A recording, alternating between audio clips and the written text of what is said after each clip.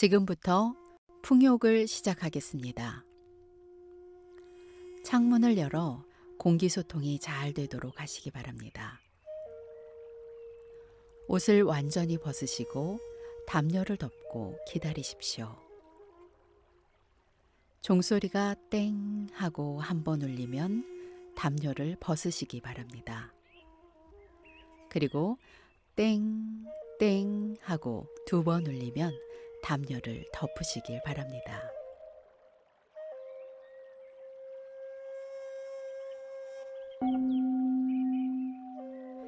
이제 담요를 벗으십시오. 20초 동안 벗고 계셔야 합니다. 피부를 통해서 산소와 질소를 흡수하는 것입니다.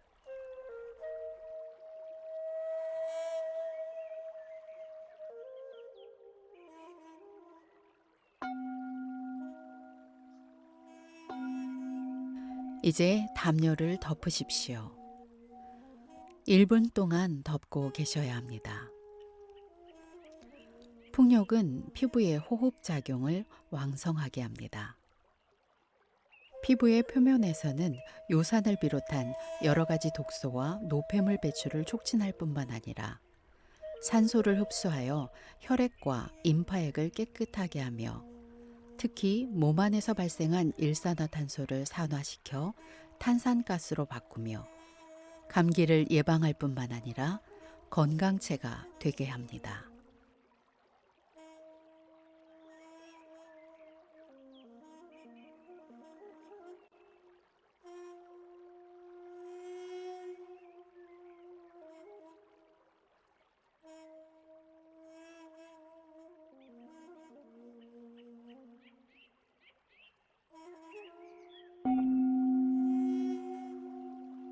이제 담요를 벗으십시오. 이번에는 10초 늘려 30초 동안 벗고 계셔야 합니다. 피부를 통해서 요산을 비롯한 독소와 여러 가지 노폐물을 발산시키는 것입니다.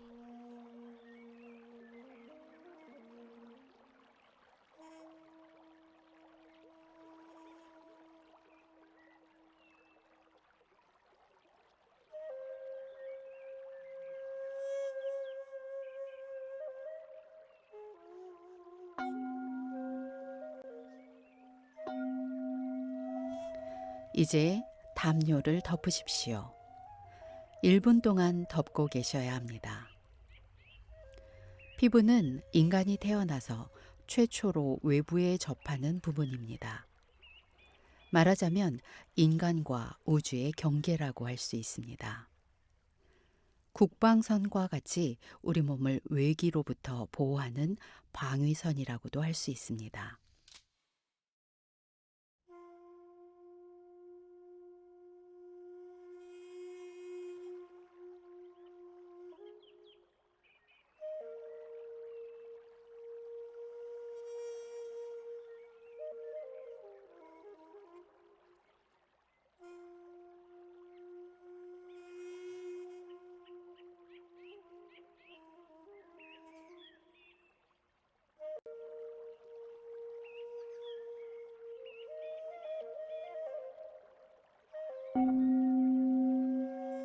이제 담요를 벗으십시오.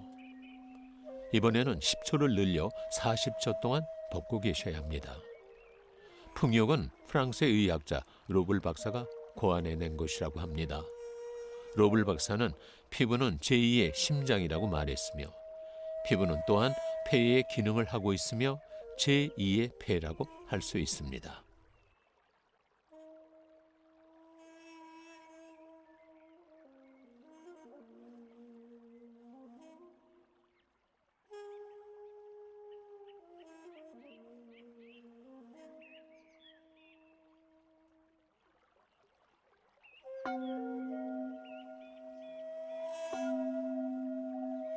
이제 담요를 덮으십시오.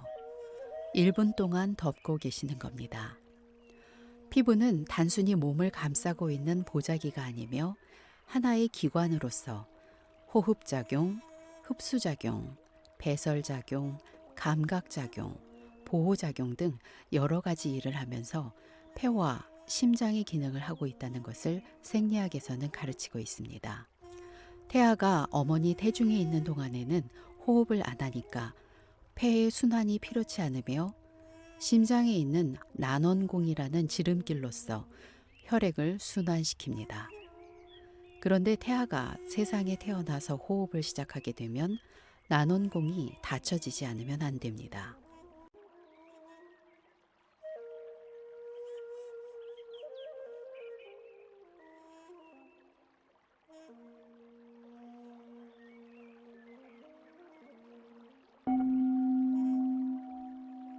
이제 담요를 벗으십시오. 이번에는 50초 동안 벗고 계셔야 합니다. 이 난원공이 폐쇄하기까지는 폐의 순환이 불완전하므로 피부가 그 보조 역할을 해야 합니다.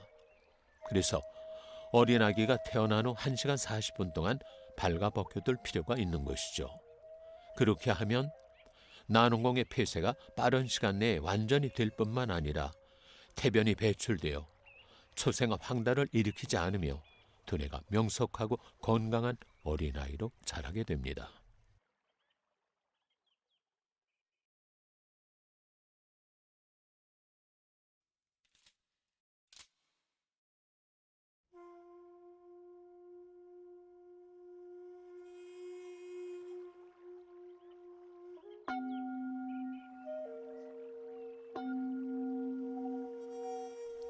이제 담요를 덮으십시오.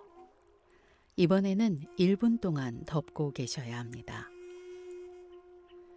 의복으로 피부를 지나치게 감싸면 간장이 약해지고 체액의 분비가 둔해져서 장의 연동이 둔화되어 변비가 생기게 됩니다. 이 변비는 장마비의 원인이 되어 숙변을 정체시키고 이어서 뇌에 영향을 주어서 손발의 신경을 마비시킵니다. 손발의 신경이 마비되면 혈액순환이 나빠져서 사지, 골랭증이 생기고 신경이 고장을 일으켜 심장, 폐장 등에 나쁜 영향을 미쳐서 만병으로 발전하게 됩니다.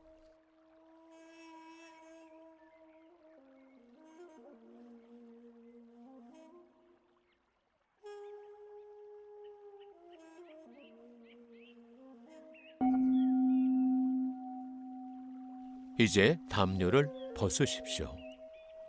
이번에는 60초 동안 벗고 계셔야 합니다. 만병의 원인은 지나치게 두껍게 입거나 두꺼운 이불을 덮고 사는데 원인이 있다고 해도 과언이 아닙니다. 그러므로 될 수 있는 대로 얇게 입는 습관을 길러야 합니다. 아기의 성장을 잘 관찰하면 전만으로 자라는 것만은 아니며 공기의 역할도 크다는 것을 잘 알 수 있습니다. 아이들은 바람 속에서 자란다는 말이 있는데 바람이 부는 밖에서 놀게 해야 튼튼하게 자란다는 것을 말하는 것입니다.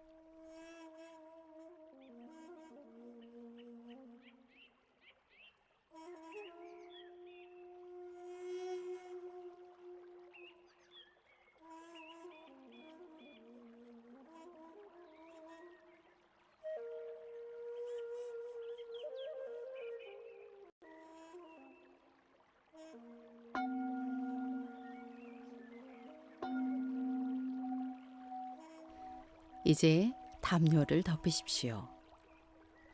이번에는 1분 30초 동안 덮고 계셔야 합니다. 피부 기능의 장애는 지나치게 두껍게 입는 데 원인이 있다고 말씀드렸습니다. 여름철에는 따뜻하여 누구나 얇게 입지만 가을이 되어 썰렁해지면 곧 지나치게 두껍게 입어 피부를 감싸버립니다. 두껍게 입는 이유는 여름 동안 땀을 많이 흘려 수분, 염분, 비타민C의 손실이 많은데 이들의 보급이 적절하지 않기 때문입니다. 수분을 상실하면 피 속에 독소가 쌓이게 되어 요독증의 원인을 만들고 염분의 부족은 발의 신경염을 유발시켜 발의 고장을 일으키게 됩니다. 비타민C의 부족은 관절통, 잇몸 출혈 등 괴혈병을 발생시킵니다.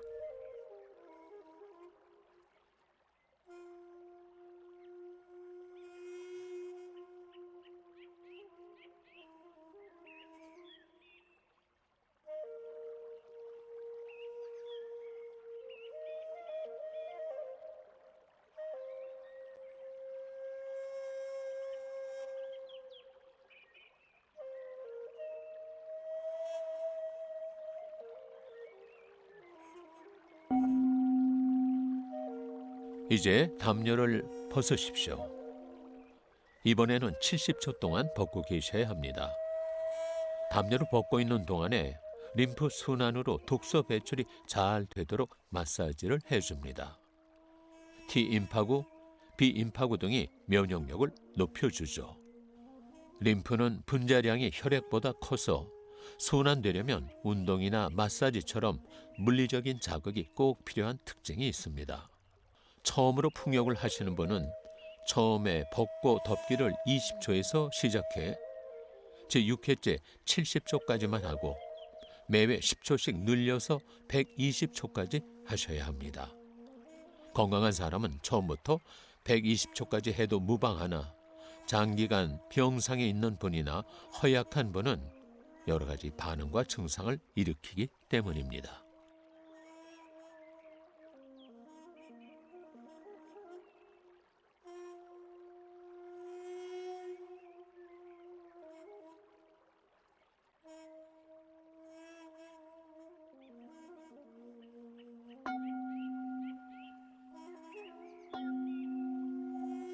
이제 담요를 덮으십시오. 1분 30초 동안 덮고 계시는 겁니다. 풍욕을 원칙적으로는 해 뜨기 전이나 해지고 나서 해야 합니다. 병약자는 정오 무렵 따뜻한 시간에 시작하며 매회 39분에서 1시간 정도 앞당겨 마침내 오전 5시나 6시에 할 수 있게 합니다.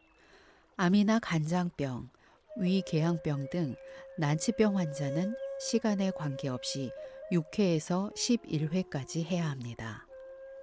이런 경우 미리 시간표를 짜서 엄격하게 하지 않으면 많은 횟수를 할 수가 없습니다. 풍욕과 풍욕 사이의 거리는 30분 내지 40분가량 뛰지 않으면 안 됩니다. 식사 전후에도 약 3, 40분 간격을 두어야 합니다.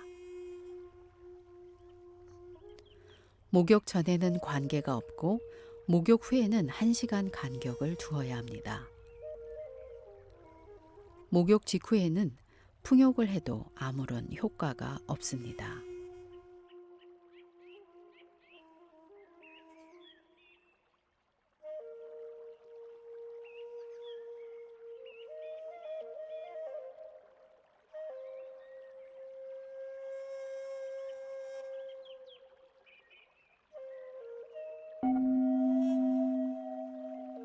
담요를 벗으세요.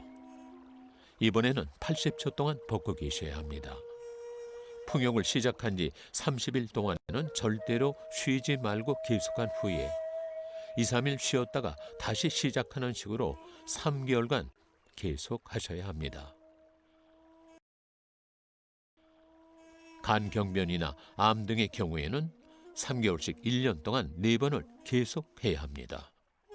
이 풍욕은 엄청난 효과를 나타내는데 명현, 즉 건강을 회복시키기 위해서 몸에서 일어나는 반응도 대단히 강하게 나타날 때도 있습니다. 예를 들면 피부가 가려워지기도 하고 물집이 있는 두드러기도 돋아나고 피부 빛깔이 변하거나 미열이 나는 등 여러 가지 증상이 나타납니다. 그러나 전혀 염려하실 필요가 없습니다.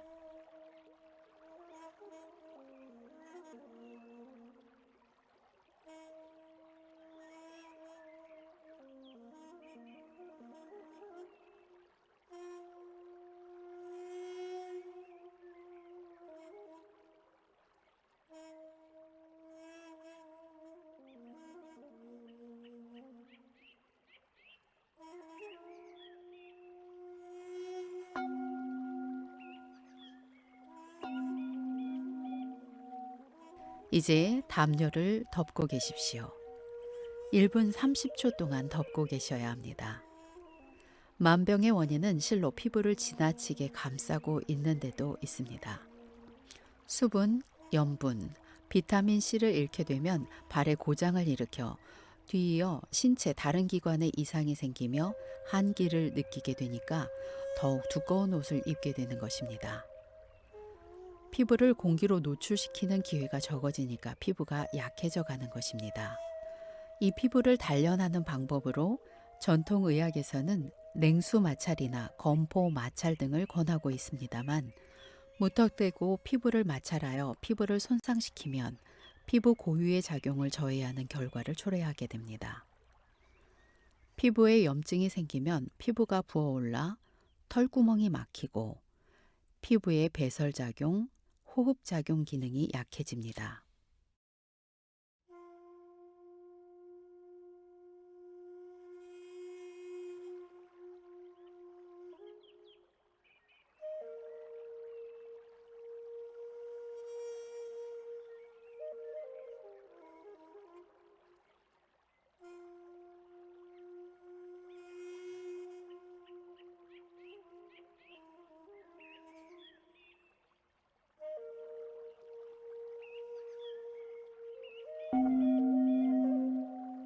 이제 담요를 벗으십시오.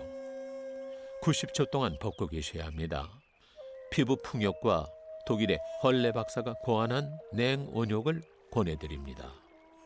이 냉온욕이란 냉탕에 1분간 머물고 또 온탕에 1분간 머무는 방식으로 냉온, 냉을 거듭해 냉탕에서 마칩니다. 처음 하시는 분은 온탕에서 시작해도 좋으나 끝날 때는 반드시 냉탕에서 마치셔야 합니다.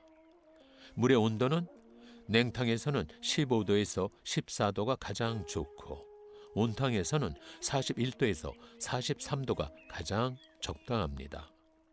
온탕만 있고 냉탕의 설비가 없을 때는 몸에 찬물을 끼얹어도 됩니다.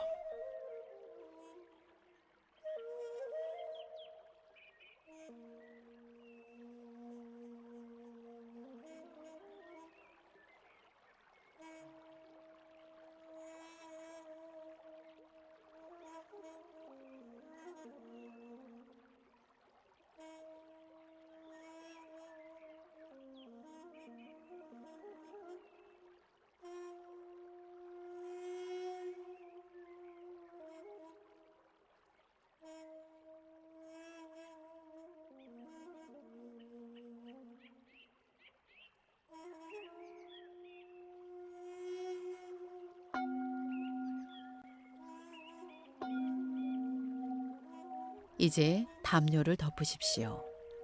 2분 동안 덮고 계셔야 합니다. 냉수를 끼얹을 때는 왼쪽 발끝에 한 바가지, 다음 무릎 밑에, 배꼽 밑에, 왼쪽 어깨, 오른쪽 어깨에 한 바가지씩 부으시기 바랍니다. 그리고 왼쪽 어깨, 오른쪽 어깨, 또다시 왼쪽, 오른쪽 어깨에 한 바가지씩. 이런 식으로 좌우 어깨에 3바가지씩 부으면 됩니다. 온천과 같이 냉수가 없는 곳에서는 탕 밖에서 피부를 외부에 쏘인 후 탕에 들어가시면 됩니다. 냉탕의 수온이 너무 낮아서 들어갈 수 없는 경우에는 나머지 시간을 밖에서 채운 다음 1분이 경과된 다음에 온탕에 들어가시면 됩니다.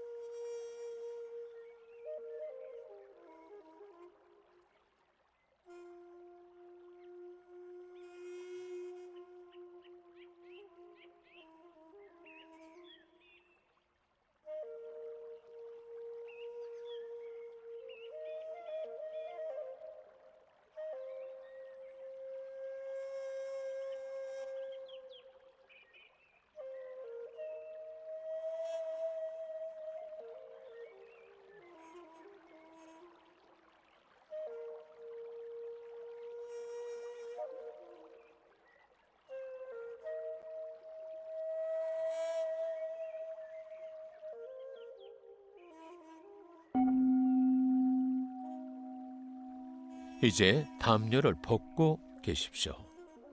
이번에는 100초 동안 벗고 계셔야 합니다. 냉온욕을 할 때는 가슴을 펴서 자세를 바르게 해 세포를 충분히 확장시켜야 합니다.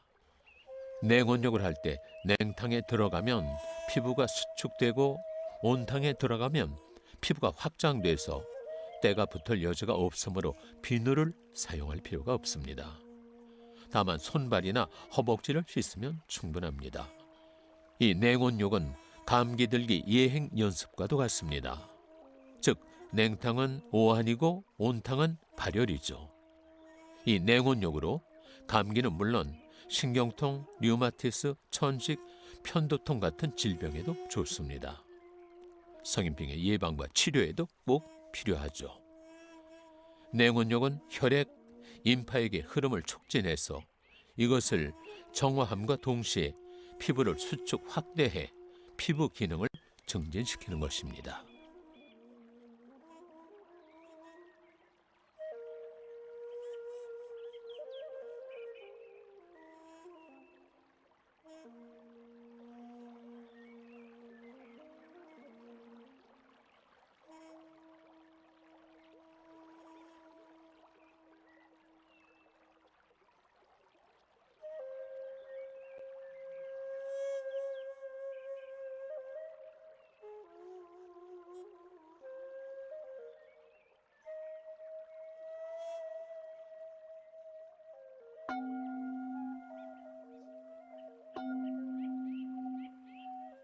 이제는 담요를 덮으십시오. 이번에는 2분 동안 덮고 계셔야 합니다. 냉온욕 시 주의사항을 말씀드리면 병증이나 허약한 사람은 먼저 풍욕을 3개월 정도 실행한 후에 서서히 냉온욕을 익숙하도록 하셔야 합니다.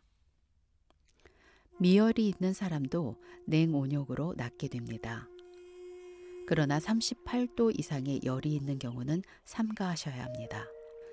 땀을 흘리면 비타민C, 염분 등 미네랄의 손실이 있습니다.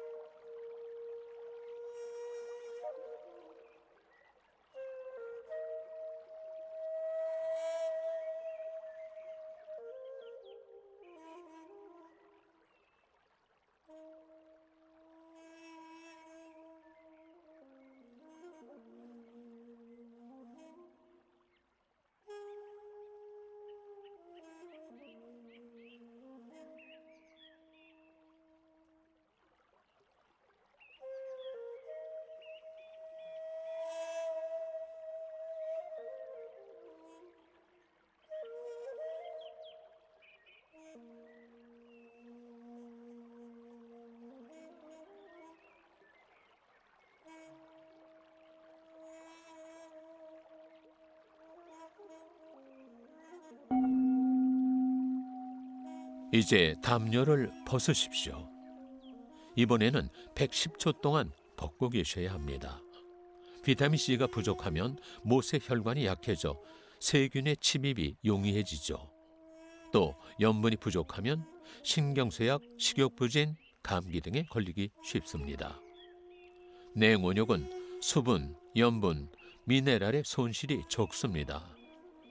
피부를 곱게 하기 위해 세제 사용을 줄이고 수분과 미네랄을 보충합니다. 풍욕의 효과를 더 높일 수 있는 방법은 마음을 편안히 하고 복식 호흡, 단전 호흡을 함께 합니다.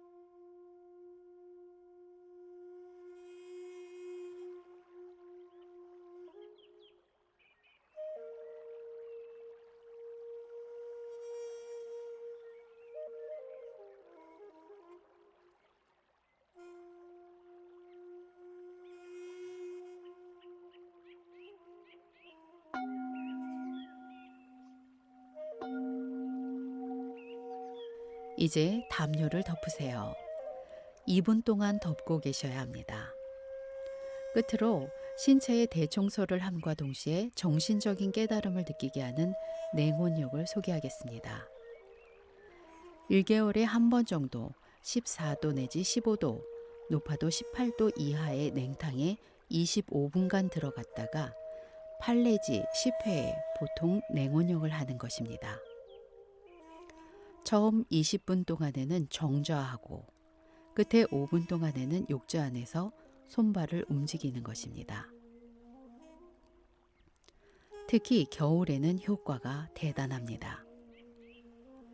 뒤에 하는 냉온욕은 몸이 떨리지 않을 때까지 하셔도 됩니다. 25분 냉온욕으로 몸이 벌벌 떨리는 것은 체내에 설탕이나 알코올이 연소하는 것으로 이것들을 많이 섭취하는 사람일수록 그 정도가 심합니다. 1개월에 한 번씩 하시기 어려우시면 계절이 바뀔 때 실행하셔도 훌륭한 심신의 정화법이 됩니다. 25분 냉온욕으로 어느 부분이 하얘지고 핏기가 없어지는 것은 글로뮤가 손실했기 때문입니다.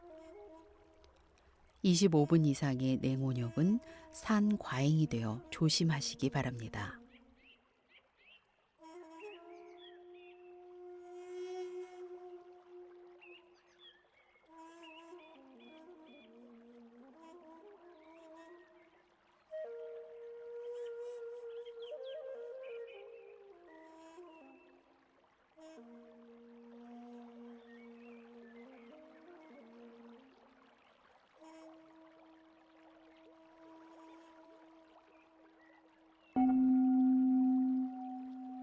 이제 담요를 벗으십시오. 마지막으로 120초 동안 벗고 계셔야 합니다. 피부는 내장의 거울이라는 말이 있습니다. 피부를 보면 그 사람의 건강을 바로 알 수 있죠. 피부의 건강법에는 심리적인 것과 물리적인 것 두 가지가 있습니다.